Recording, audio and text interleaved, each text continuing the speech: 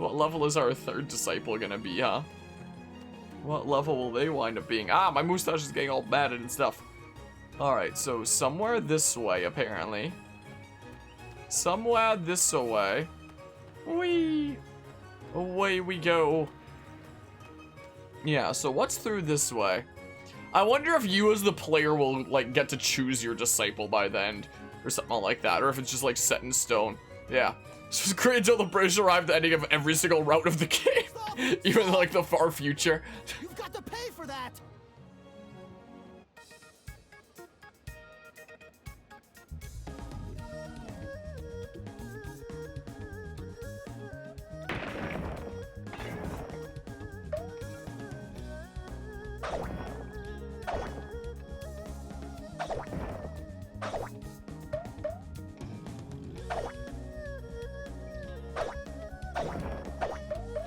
Quick! Someone grab him!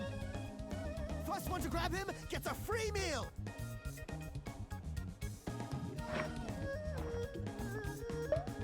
Aha! Caught you! Finally! Now, pay what you owe right this instant! I can't. I don't have any money. Oh, really? Well, we'll just have to find another way to settle this then, won't we?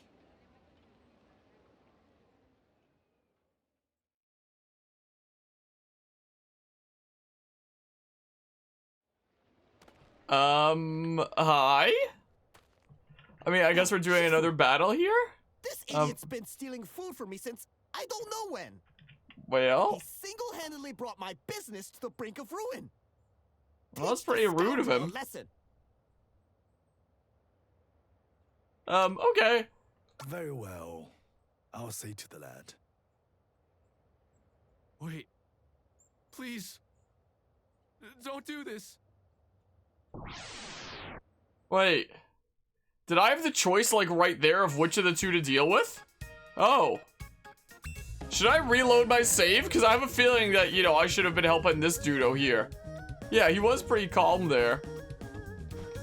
Because I was just thinking, like, saying I'll deal with him would mean that I'd just, like, take him on as another disciple, is what I thought that would mean there. So, I mean... So, sure? Tiger and Dragon's Rebuke. Yeah. Again, I do Taekwondo, not Kung Fu. I can't say we have anything quite like that. I can't quite say. Let's see here. So, yeah, he is very tanky, it seems like. And then, Traveler's First Step, sure. There, that's just like a pretty normal roundhouse kick is what that is. Sure. Yeah, that's a pretty standard thing, Rabob. Pepper and what now? Oh my good gracious! Wow. Sure. With the ferocity of a lion. So that moves him back. And then that? Right? We don't exactly have anything quite like that either, of like the backflip. I know more about martial arts due to your training, that's why I asked your expert opinion. We don't really have anything quite, a lot of these are, you know, very over-the-top anime kind of thing, Rabubs. We don't exactly have any upward kick into backflip kind of things. Not like the freaking final hit of, you know, the newest Karate Kid or whatever the heck. Whatnot. Like, the only, like, there was the pretty standard roundhouse kick for, like, the one thing, Rabob. But the other things where it's like the super wavy Kamehameha. Can't say we have anything like that, you know. Such strength. That was incredible, Shifu. Let that be a lesson to you, thief. Steal from me again, and I'll take it out of your hide.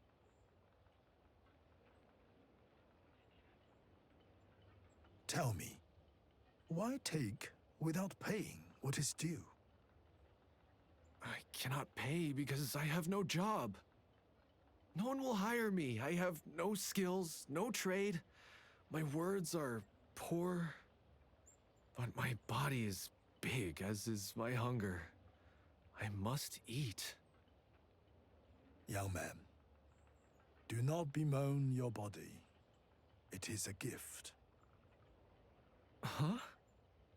But it is why I suffer, why people laugh and call me names.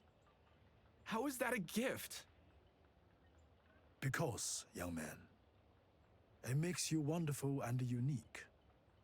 But it is for you to decide whether you will embrace your potential or deny it in shame. Potential? You think I have potential? You move with the swiftness of a man half your size. Practice. After I eat, I must run. Come with me, and I'll see that you never want for food. All I ask in return is that you take part in a few training exercises. Think of it as a job, if you like, and your meals the payment. A job? I've always wanted a job. Thank you, Shifu. I accept. Tell me, what is your name? Hong. Hong Haka. When do we start? And when do we eat? Ha ha! All right, well, I guess we have the 3 disciples then, in that case. Well, it looks as though I've found my 3 disciples. I'm afraid my school has seen better days, but it will suffice. Come, let us go and begin your training at once. So I guess we've recruited our 3 dodos. And yeah, I find that very strange that someone would, you know, do that, like, deny training there. Also, hello, Reggie Bump, how are you doing today? Like, over at my Taekwondo Dojang, for example, they don't deny training to anyone. Like, even if you can't afford it, like, one of the important things about our school is that our master very strongly believes that nobody shouldn't be able to train because they can't afford it. So, like, if you can't afford it, it's literally just, like, pay what you can or just don't worry about it and you can still come in and train, which is, you know, super duper kind of them there, especially after, you know, making their own building, which must have costed who knows how much, and then like the past, you know, several years of COVID hurting business and whatnot. But they still maintain that nobody should be denied training because they can't afford it. And I think that's really incredible of them. But yeah, future, we stop a crazy AI from destroying the world, Imperial China. We get this dude a job. Well, we don't stop a crazy AI from destroying the world. We stop a crazy AI from freaking completely destroying the ship. Is all it really is, and whatnot. But yeah, we got this dude a job there. Yeah, like, I very much look up to the master of my my dojang there. He really is an incredible person. Like, you know, the reason why we try to do a 24-hour charity stream during May for Larch is because that's a charity that our dojang often fundraises for, to help those with developmental disabilities, because our master very strongly believes in the importance of giving back to the community. So we usually have this event every May called the Breakathon, which is basically like, you know, all the students who want to participate coming together to, like, fundraise in their own unique ways, and then, you know, the whole school comes together and presents Larch with, you know, the check at the end, and, you know, we have this event of the, Breakathon where, you know, you get to break a bunch of boards and whatnot based on how much you raised, and they're just, like, you know, they're training boards. I moved the thicker boards that I had here at one point. They're, like, not training boards, demo boards, so at the Breakathon, we just use, like, little thin boards that break with, you know, really tiny impacts, just for the sake of, you know, doing spicier techniques and whatnot. They're called demo boards because if you're doing, like, a demonstration on, like, a stage or a show or something like that and doing all these spicy techniques to make sure that they break, essentially. So we just use demo boards for that kind of thing.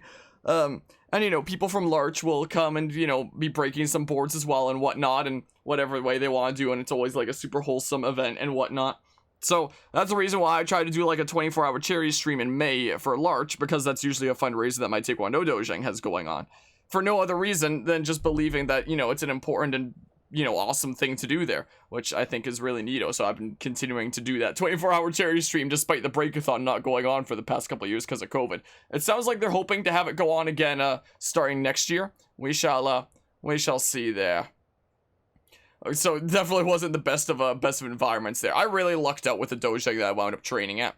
Yeah, it would be really neato there. Either one of those. like, I feel like martial arts is the kind of thing that can help, like, in a lot of ways, like, both physically and mentally. And I'm very lucky that I wound up going to the dojang that I went to, which, at the time, I started when I was, like, 4 years old. I'm 23 now. And it was just because it was, like, a 2-minute drive away from, you know, where we lived, and my parents thought that it would be, like, a cool thing for me. Nowadays, they have their own building, their own location, and whatnot. And, you know, there are definitely plenty of dojangs around that, you know, are just purely in it for, like, the profit and whatnot, and just like, ah, yes, let's open, like, all the locations we can and whatnot, and try to make, like, as much bank as possible. That's not the way that is with the dojang that I go to, this family-run business there. They did have 2 locations for, like, a brief time, but they eventually went to just 1 location because our master wants to actually get to know everybody, like, a decent bit there. Get to know everybody personally and be able to give people, like, one-on-one training and whatnot. Instead of having, like, multiple different locations and having, like, this disconnect and seeing it just as, like, a multi-location kind of business. Just having one location that everything's based out of and being able to use that as an opportunity to, you know, get to know people and give everyone, you know, the training and the help that they need. And I think that that's really cool. So there's that. Yeah, I'm almost at the 2-decade mark. Almost there. Really, really close. And they're, you know, our master, the head instructor of our school is his son. So, you know, the head instructor is the son, the master of the dojang is the father there. So, you know, a family run kind of business there. They're both so kind to me. Like, last year, when I wanted to get kind of back into training after COVID times and whatnot, and, you know, my schedule was a little bit wonky and all over the place, I mentioned that to my head instructor, and, you know, saying, like, I want to get back into a proper schedule and training here in the near future, but, you know, my schedule's all over the place and whatnot, so I don't know if I can, you know, commit right now and whatnot. So what he told me was, you know, you've been one of our longest time students here, so don't worry about a schedule for now. Don't worry about payment for now. Just come in and train when you feel like training on, like, any of the available days, like any of the black belt classes, any of the adult classes, like any of those days. If you feel like training, just stop in and train. Like, don't worry about it. And then when you're ready, we can talk about a schedule and whatnot. So it's been especially as of, like, this year, and especially this summer, that I've been trying to, like, get into a proper schedule again and such.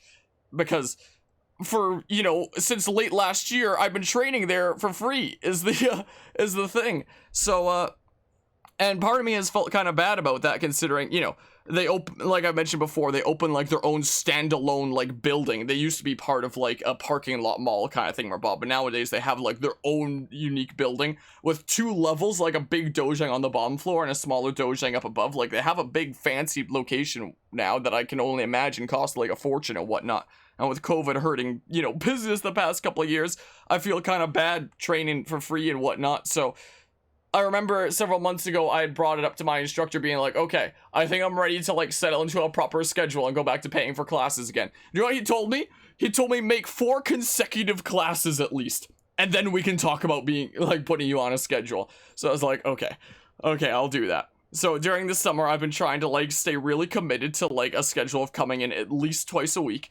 And, about a week ago, I was mentioning that to the head instructor, being like, you know, I've been trying to come in on a schedule again and whatnot. And he's like, yeah, I've been noticing that you coming in regularly and whatnot. And I was like, yeah, and I think I'm probably finally ready to, you know, go back to paying for classes and whatnot, because that's something that I feel obligated to do. And he just started asking me, like, oh, why do you feel that way? And I was like, well, because you guys are so nice to me, and, you know, I feel kind of bad, like, you know, taking advantage of this kindness of yours here. And he just gave me, like, this whole spiel about, like, well, I don't feel taken advantage of here, so, and kind of talked to me about, like, oh, you're creating these, like, negative feelings and emotions of guilt where there's none warranted, like, you're and whatnot. Like, there's no reason to feel bad about anything going on here, because I don't feel taken advantage of, and you shouldn't feel like you're taking advantage of us here, you know? So he gave me, like, this whole dedicated spiel there.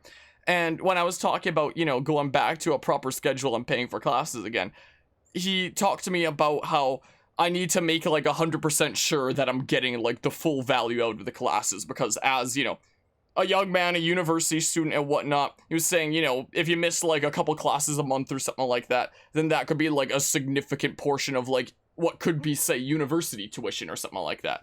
So he said, like, you know, if either of us has to lose in this, you know, in this relationship here, then I'd rather it be me than you. And I was like, man, they're so nice to me.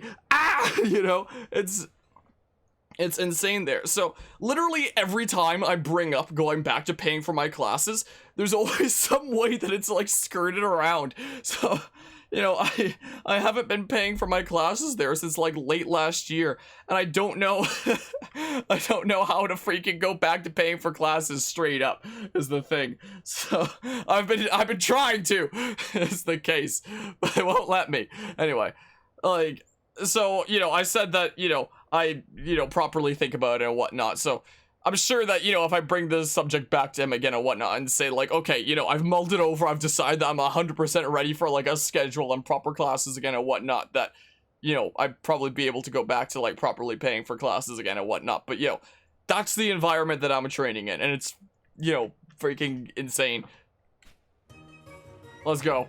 Oh, okay, I guess I didn't need to like stop on that text or anything like that. So yeah, that's the that's what's going on over there, essentially. Look at our party. Look at our whole squad here. Hold on, what's our whole party looking like? Level 315. Okay, so he's the highest level of them, it seems like. Look at that, we got a party of 4. Pretty sweet.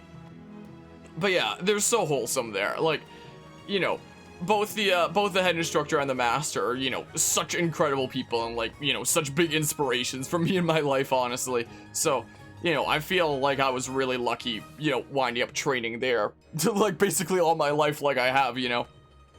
Very fortunate there, and I'm very grateful to them and, you know, the insane generosity that they've shown me.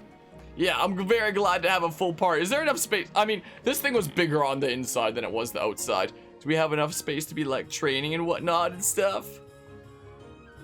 Heck yeah, let's do some training. I bid you welcome to my school. What about the second line? When you said it had seen better days. So this is where I'll learn Kung Fu. But first we eat, yes? We cannot train if we do not eat, surely. At least a little, yes? No, we must begin training immediately. But, Shifu! This place was further up the mountain than I expected. Maybe we should rest a bit? Listen to yourselves, whimpering children. Bring it on, old man. I'm ready. We shall begin by assessing your present strength and skill. I'll go first. As you wish, Lee. Now, come at me with all your might. You asked for it! Didn't we already assess your strength, basically, in the forest there? Also, speaking about, like, fighting one's instructor, during the past couple weeks of Taekwondo, we were actually getting back into sparring again for, you know, the first time since COVID started, so, you know, it's been a while since we sparred. And, our head instructor there, he put his chest guard on as well during one of the sparring days, and was going around sparring people and such. So as we were, like, you know, changing sparring partners throughout the class, during the final round there, I requested if I could spar him, and he was like, sure, all right, come on over, let's spar there. And, you know, I'm a tall guy. I'm 6'2". I'm a little bit taller than he is. But despite me having, like, more reach with my legs, every time that I would, you know, try to come in with a kick, or even so much as throw out a fake, he would always, like, cut me off with a cut kick, like, really quickly to my chest guard there.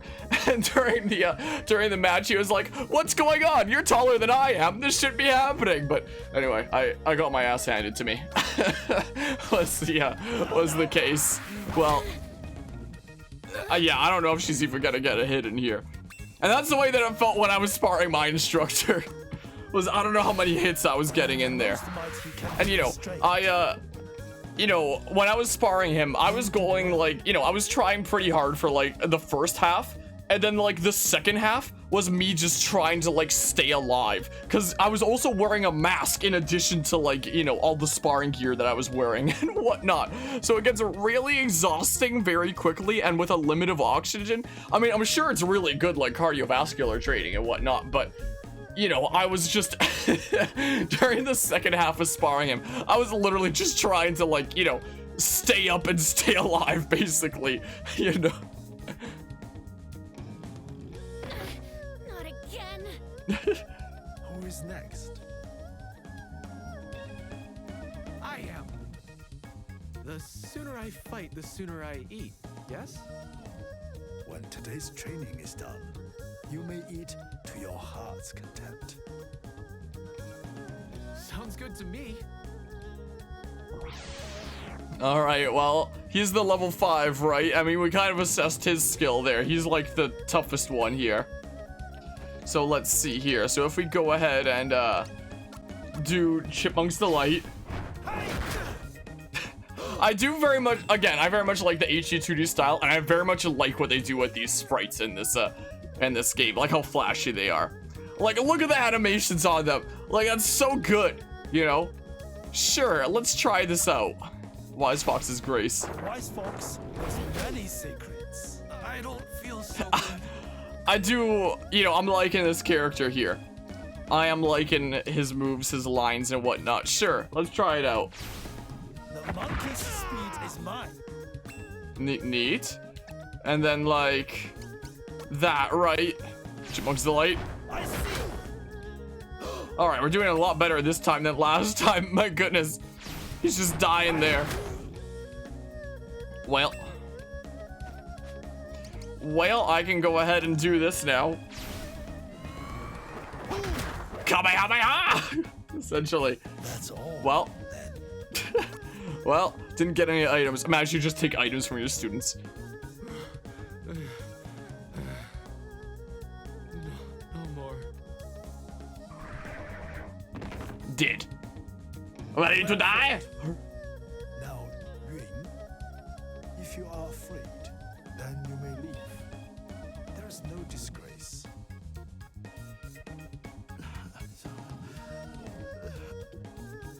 No, I'll face you. Then come at me without hesitation, without mercy. Okay. Fight! Alright, yeah, we should just collect some more surprise taxes. That's what we should do. Just like in Triangle Strategy. It really will be the follow-up to the last HD 2D game that we covered, huh? More surprise taxes. That was like one of the best parts of being the Lord of House Wolfort in Triangle Strategy, let's face it. I'm sorry, my boy, but you mustn't get your ass kicked. Yep, that's the way that's going. Desperation kick. Really shouldn't. It didn't work. It didn't work. Well, Even the most mighty can be restrained. well, You did well, took out all our students.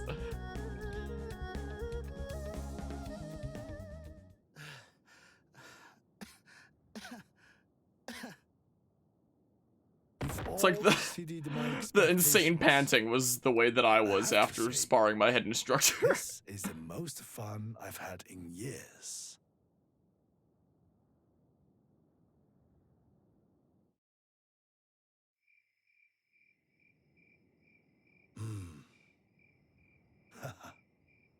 Who'd have thought I'd find 3 promising disciples so quickly? I've not felt this tired in a long time.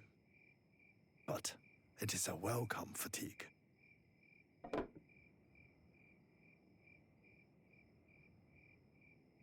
Hong, what's wrong?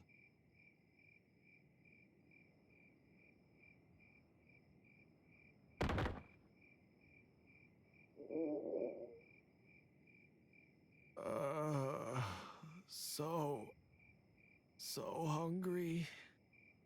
Food. Hong, even after all that, you still have cravings?